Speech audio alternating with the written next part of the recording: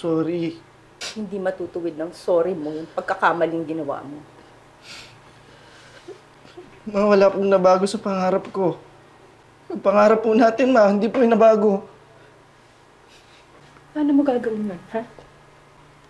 Mag-aaral ka pa rin sa Maynila? Eh, yung mag-ina mo, nandito sa akin. Ako ang mag-aalaga. Ako ang gagawa ng responsibilidad na dapat ikaw ang gumagawa. Ganun ba? Hindi po, ma. Alam mo ba kung gaano kalaki ang gastos kapag lumabas na yung anak mo? Yung gatas! Yung diaper! Yung vitamina! Yung check-up sa doktor! Ha? Paano mo gagawin lahat yun, ha? Saan mo kukunin? Saan mo kukunin? Ma, mag-working student na lang po ako. Kahit po sa gastusin dito sa bahay, tutulong po ako. Ma, sorry, ma. Sorry, ma.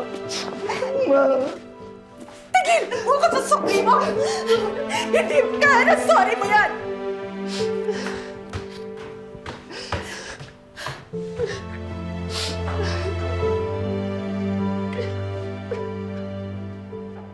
Mars, ang bata mo pa para maging lola. Di ka nakakatulong. Sorry, Mars. Pinapatawa lang kita. A baby is a blessing, Mars. Oo naman, Mare, pero sana wag naman ganito kaaga. Bata-bata pa ng anak ko, anong alam nun sa pagiging tatay? Mars, wala na tayong magagawa. Mas mabuti na lang andyan ka para alalayan ang anak mo. Si Mars, mo. Pakiramdam ko. Hindi ko na naging mabuting ina.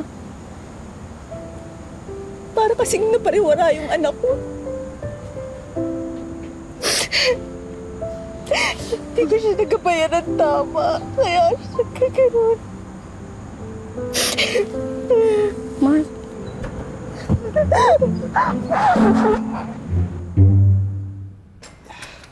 Tara, pasok ka, babe.